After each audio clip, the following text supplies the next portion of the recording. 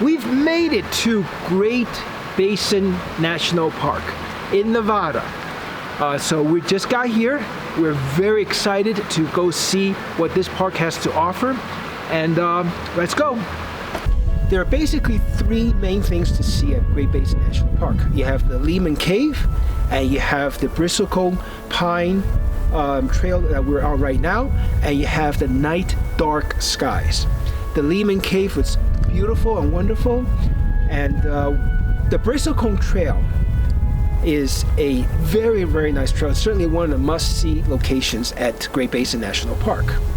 It goes through some pine forests, and it goes consistently uphill until it reaches this opening where there's lots of rocks that you have to kind of walk over in the big opening before it reaches the Bristlecone Trees Grove, which has got these beautiful trees like what you have here that is 3,500 years old and is still living.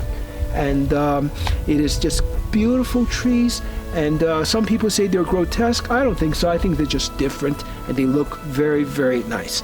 This is a must-hike trail if you're at Great Basin National Park.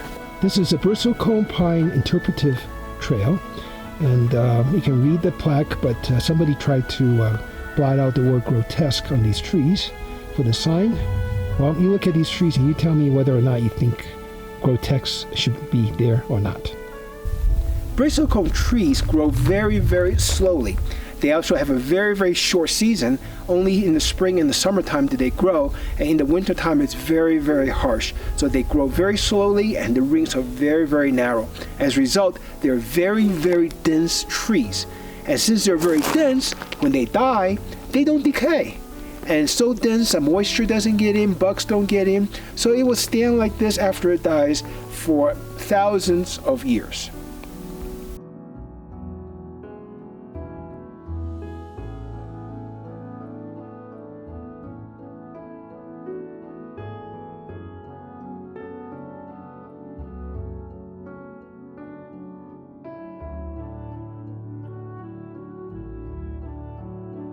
Lehman Cave is not the biggest. That honor belongs to Mammoth Cave. It is very pretty though, especially with the column formations. We took the 90-minute Grand Palace tour, which went through several rooms along with very pretty formations. This cave felt more intimate than Mammoth or Carlsbad Caverns and more relatable.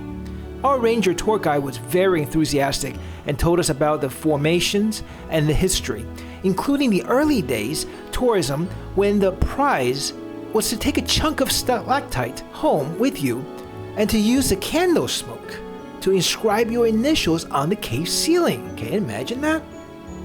Now these seems like these cave formations were also often associated with food. We have the popcorn formation, we have the soda straw formation, and bacon. The shield formation, which look like a flat disc, is unique to this cave. Cave scientists don't really know how shields are formed. One of the most famous formations is a shield curtain, which has a round disc with draperies flowing from it. It is a very interesting formation. Another formation unique to Lehman is the bulbous formation, which looked like an onion growing from the side of the cave wall. The skies here are dark at night. Why? Because it's far away from any major city, number one, and number two, the sky here, the air here is very, very dry most of the year, and when you have dry air, you have less haze, and you get better views of dark skies. Great Basin National Park is one of the darkest places in the United States. So if you like stargazing, this is the place to come. When you come, make sure that you time it with the moon, because obviously when the moon's out, you can't see a lot of the stars. So make sure you come here during the new moon, and the chances are very good you're going to get dry, very low humidity, very dry weather, so there's not much haze, and you're going to be able to see the sky if the sky is not cloudy, which is actually most of the times around here. We are in the Baker Creek area. It is one of those spur roads off of the main road. That's about 3-4 miles in well constructed gravel road coming here, and it is beautiful out here. Not many people at all. There is a trail that goes around the creek, and there's also trails that goes deep into the mountains. And it is just a beautiful scenery, as you can see, with the little creek in the back. And we're here fairly late in the day, and it is peaceful, beautiful. And we already saw 4 deer that were just kind of foraging in the background, and plenty of birds that are calling. We can hear them. It is just beautiful to be here in the quiet. You can hear all kinds of natural sounds. On your way up to Wheeler Peak, there's a little turnout that you can take to Mathers Overlook. And Mathers Overlook is a little short drive on gravel road, but the scenery out here, especially looking at Wheeler Peak, is just fantastic. So be sure you take that turn off. This is a wonderful trail by the creek, going from the upper Lehman campground to the lower Lehman campground. It is just a path in the woods by the creek, and it is just beautiful just to walk on this early morning here. The Great Basin Hills come alive in the fall with beautiful fall colors, intermixing with the evergreens, as you see in the picture behind me. This is a hillside, and then we're just below Wheeler Peak, which is way up there. And you just see the fall colors of the aspens beginning to show up. It is just very, very pretty, and especially when you get close up to these trees in the golden sun, it's just absolutely fantastic. Look at that beautiful, beautiful fall foliage here in the back. We are on the Wheeler Peak Road over in Great Basin National Park, and the whole drive up here, it is just full of these beautiful fall foliage colors. Turn after turn on this road, as we're climbing above 8,000 feet, 9,000 feet, up to 10,000 feet, these golden leaves are just fantastic. Here's a good tip. When you come to Great Basin National Park, stay in the town of Baker or camp out in the campgrounds here, because the other cities are far, far away from here. There are a couple of restaurants and a couple of hotels, inns, really rustic, but it's pretty good, in the town of Baker, which is just outside of the park boundary, or you can camp inside the park. The drive here was, frankly, very boring. It is as straight as a road can be. It is 2 lanes. It's got nothing but sagebrush on the side of the road. And frankly, there's really nothing interesting to look at for the whole way that we came from Salt Lake City. It is just simply flat and straight.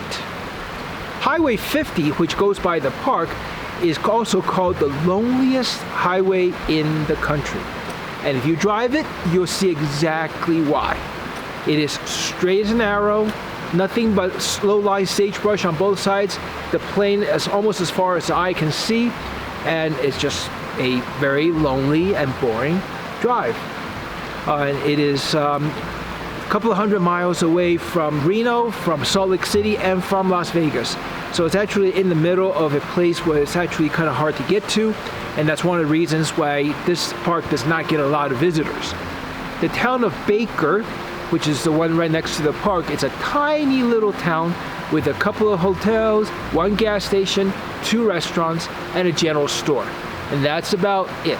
Yes, there is a schoolhouse here at Baker that is very small, and it's just one of those tiny little towns by the side of a national park. Before you come, make sure you reserve your slot in the cave tour. You cannot go into the cave unless you are on a tour, and they start selling tickets for the tour roughly a month before the tour date. So within a month, make sure you buy the tour tickets ahead of time, because it sells out very, very frequently.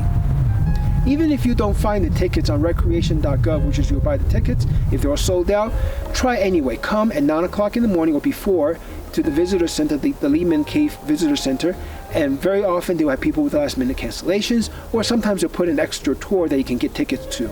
But come early or come prepared. One of the very nice things about this park is that it's not very much visited.